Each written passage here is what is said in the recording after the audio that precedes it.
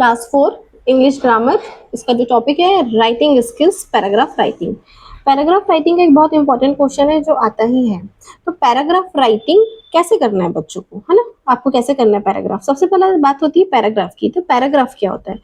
तो आपने बर्गर देखा है, बर्गर खाया भी है, यमी बर्गर, है ना। उसके कितने पार्ट्स होते हैं बर्गर के? देखो यहाँ पे इमेज में दिख रहे हैं ना, 3 पार्ट्स होते हैं, है ना। क्या क्या होता है? टॉप, स्टफिंग एंड बॉटम, है ना। तो अब देखो जो टॉप बन होता है बर्गर का, और बर्गर सबने देखा है, यमी यमी सा खाया भी है। तो आपको जब बर्गर पता है तो अब आप पैराग्राफ भी आसानी से लिख सकते हो। कैसे लिख सकते हो? अब बर्गर में देखो जो टॉप बन होता है, तो वहां से आप क्या सोच करेंगे? स्टार्टिंग सेंटेंस, ठीक है। जैसे बर्गर के ऊपर का बन होता है वैसा ही पैराग्राफ की पहली लाइन होती है। इसे टॉपिक सेंटेंस कहते हैं। यह बताता है कि हम किस बारे में बात कर रहे हैं, ठीक है ना। जब आपको पैराग्राफ राइटिंग आ रही है तो सबसे पहले स्टार्टिंग सेंटेंस में आप क्या लिखोगे? अबाउट सब्जेक्ट, सब्जेक्ट के बारे में लिखना है, ठीक है। अब जो बीच में दिख रहा है स्टफिंग, आलू की टिक्की भरी हुई है, चीज है, वेजीज है ना। तो ये जो पैराग्राफ की 3-4 लाइंस होती हैं जिसे हम क्या बोलेंगे? Supporting detail. इसमें हम उस टॉपिक के बारे में कुछ अच्छी अच्छी बातें लिखते हैं, मजेदार बातें लिखते हैं, उस टॉपिक का डिटेल लिखते हैं, ठीक है। तो आपकी स्टफिंग में क्या आ गई? डिटेल आ गई, ठीक है। अब जो लास्ट है बॉटम बन, इसका मतलब है एंडिंग सेंटेंस। अब आप क्या करोगे? जो बर्गर का नीचे वाला बन जो सबको होल्ड करता है, इसे हम क्या कहते हैं? क्लोजिंग सेंटेंस कहते हैं। यह पैराग्राफ की लास्ट लाइन होती है जो पूरे टॉपिक को रैप अप यानी खत्म करती है। ये समझ में आया कैसे लिखते हैं, है ना। और इसका हमको एक उससे और समझ सकते हैं हम। किससे समझ सकते हैं? जो ट्रैफिक लाइट होती है ना, देखो यहाँ पर डायग्राम बना हुआ पेज पर ट्रैफिक लाइट का, देखियो ना सबने ट्रैफिक लाइट। यस, कौन कौन सी लाइट होती है ट्रैफिक लाइट में? ऑरेंज, येलो एंड ग्रीन, है ना। तो ऑरेंज लाइट का मतलब क्या होता है? Go. Yellow light and green light, इसका एक एक टॉपिक हम देखते हैं ना। तो ऑरेंज लाइट का मतलब ये है जैसे ऑरेंज लाइट पर हम रेडी होते हैं, वैसे ही पैराग्राफ की पहली लाइन से हम गो यानी शुरुआत करते हैं, है ना। जो टॉप बन है और जो ये ट्रैफिक लाइट है उसका सेम है कि फर्स्ट में हमको क्या करना है? गो यानी स्टार्ट करना है। यह लाइन पूरे पैराग्राफ के बारे में बताती है, ठीक है। अब येलो लाइट यानी सपोर्टिंग डिटेल। इसमें हमको क्या करना है? 3-4 लाइन लिखना है जो आपके टॉपिक के ऊपर ही हो, ठीक है, जिसके टॉपिक की डिटेल्स आपको बीच में लिखना है सपोर्टिंग लाइन में। Yellow light. अब थर्ड वाली क्या देखी आपने? लास्ट है ग्रीन लाइट यानी क्लोजिंग सेंटेंस। तो इसमें आपको क्या करना है? आपका जो पैराग्राफ है उसको क्लोज करना है, यानी कि लास्ट लाइन उसकी लिख देना है। जो पैराग्राफ है उसका ज्यादा लाइन नहीं लिखना है, 5-6 लाइन में भी करोगे कंप्लीट तो हो जाएगा। 5 to 6 लाइन आप लिख सकते हो ना। अब देखो कि आपको जो पैराग्राफ में क्या क्या पूछ सकता है ना। देखो, माई स्कूल आ सकता है, my best friend, my favourite festival, a rainy day, my hobby and winter break, ठीक है ना। तो अब ये तो समझ में आ गया ना, टॉप बन, द स्टफिंग, बॉटम बन, कि कैसे कैसे आपको पैराग्राफ लिखना है। ये बात समझ में आ गई। अब देखो, जब भी आप पैराग्राफ के कुछ रूल्स होते हैं लिखने के लिए, जब आप ये रूल फॉलो करोगे तो आपके मार्क्स नहीं कटेंगे। कि आपको हमेशा जब पैराग्राफ स्टार्ट करते हो तो हमेशा start on a new line, आपको हमेशा एक न्यू लाइन ही लेना है, ठीक है। इंडेंट द फर्स्ट लाइन, जब भी आप स्टार्ट कर रहे हो तो आपको एक उंगली रखकर उतना स्पेस छोड़ देना है, उसके बाद से आप स्टार्ट करेंगे। बाकी जब सेकेंड लाइन है तो वो आपके जो मार्जिन है वहीं से स्टार्ट होगी। ये बात समझ में आ गई। अब एग्जाम्पल देख लेते हैं हम, ये सब जितने टॉपिक है उसके एग्जाम्पल देख लेते हैं ना। टॉपिक क्या है? My school. तो फर्स्ट लाइन आपके स्कूल का जो भी नाम है वो लिख देना, माई स्कूल नेम इज, आप जो भी स्कूल में पढ़ते हो, ठीक है। अब क्या करना है? फर्स्ट हो गया फर्स्ट लाइन। अब येलो लाइट में आते हैं। येलो लाइट में क्या होगा आपका? इसका डिस्क्रिप्शन होगा, है ना, किसका? टॉपिक का। तो लिख दो, it has a big and beautiful building, ठीक है। और क्या लिख सकते हो? There is a large play ground where I play with my friends, है ना, कि यहाँ पर ब्यूटीफुल बिल्डिंग है, यहाँ पर प्ले ग्राउंड है जहां पर मैं अपने फ्रेंड्स के साथ खेलता हूँ। All the teachers are very kind and helpful, कि सभी टीचर्स बहुत ही काइंड हैं, दयालु हैं और हमारी हेल्प भी करते हैं। My school has a big library with many story book. हमारे जो स्कूल है उसमें क्या है, बहुत बड़ी लाइब्रेरी है जहां पर बहुत सारी स्टोरी बुक आती है। ठीक है, अब जब ग्रीन लाइट, ये हो गया येलो लाइट खत्म, अब आया है काम ग्रीन लाइट का। ग्रीन लाइट में क्या करना है आपको, I love my school very much लिख दिए। अब एक बहुत इंपॉर्टेंट बात है, बिल्कुल ध्यान से सुनना। ये जो लिखा हुआ है स्क्रीन पर दिख रहा है ना, 1 2 3 4, ये पॉइंट टू पॉइंट आपको नहीं लिखना है। यदि आप पॉइंट टू पॉइंट लिखेंगे आपके मार्क्स कट जाएंगे।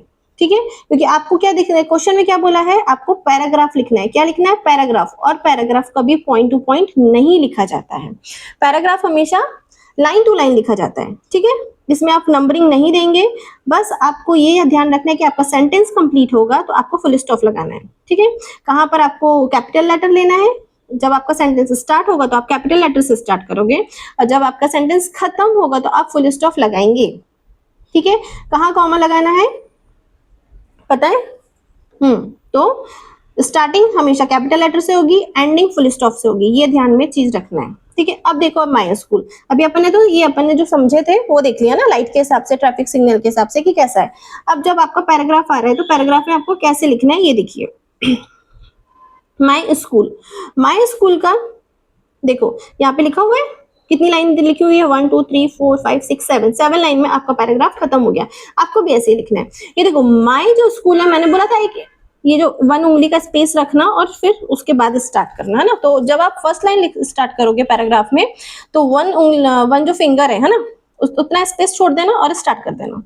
अब माई स्कूल का क्या लिखोगे, माई स्कूल नेम इज, जो भी आपके स्कूल का नाम है वो लिखना। उसके लिए आपको स्कूल की स्पेलिंग, जो आप स्कूल में पढ़ रहे हो उसकी स्पेलिंग याद कर होना चाहिए, तो आप याद कर लो स्पेलिंग। ठीक है, अब क्या है, it has a big and beautiful building with many classroom, कि यहाँ पर क्या है, ये एक ब्यूटीफुल बिल्डिंग है और यहाँ पे बहुत सारी क्लासरूम है। ठीक है, there is a huge play ground where I play with my friend, यहाँ पर क्या एक बहुत बड़ा प्लेग्राउंड है जहां पर मैं अपने फ्रेंड के साथ खेलता हूँ या खेलती हूँ।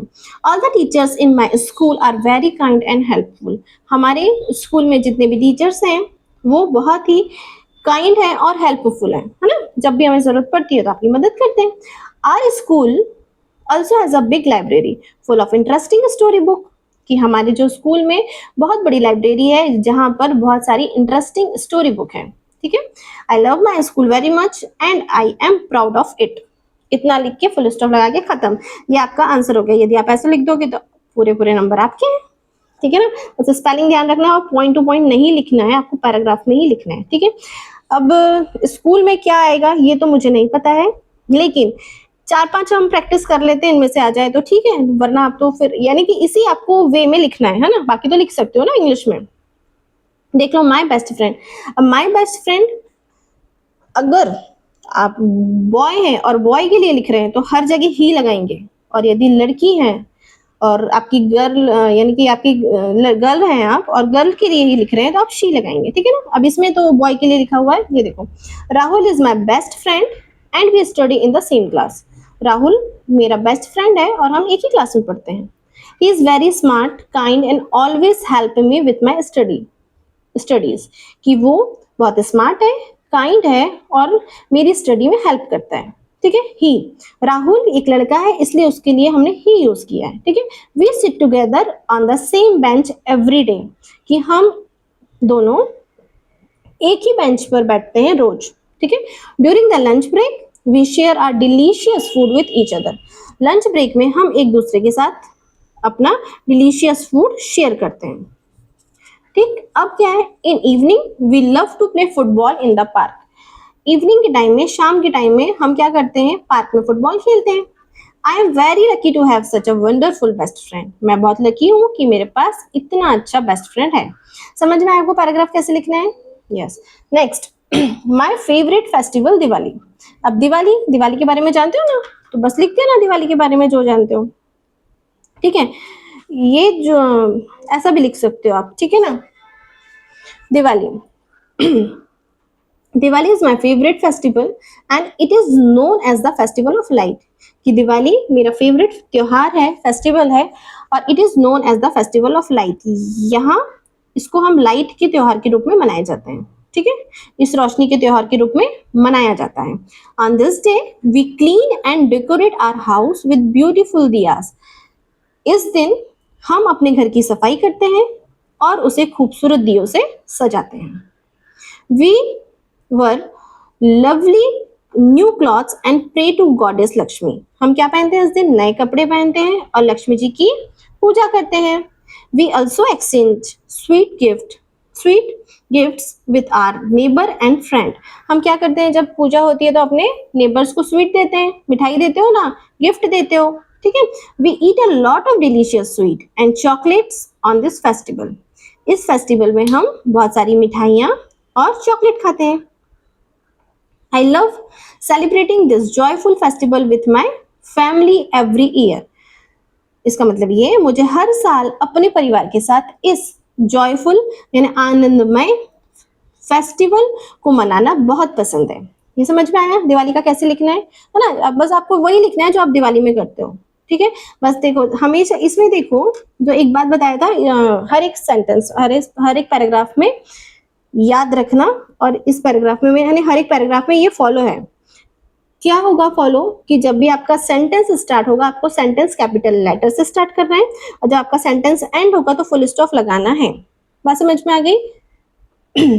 अब है अ रेनी डे। अ रेनी डे का पैराग्राफ आप कैसे लिख सकते हैं? Yesterday it was a very beautiful and rainy day. कल बहुत ब्यूटीफुल दिन था, बारिश का दिन था, ठीक है। The sky was covered with dark clouds and it started raining heavily. जो स्काई है, आकाश है, वो क्या था? कवर्ड था डार्क क्लाउड से, और उसके बाद बहुत रेन चालू हो गई है ना, हैवी रेन चालू हो गई। I made small paper boats with my sister and floated them in the water. मैंने क्या बनाया?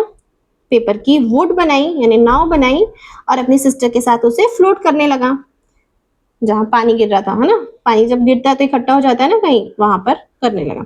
माई mother made hot and delicious pakoras for everyone. जो मेरी माँ है उन्होंने सबके लिए पकोड़ा बनाए। The trees looked very clean and green after the rain.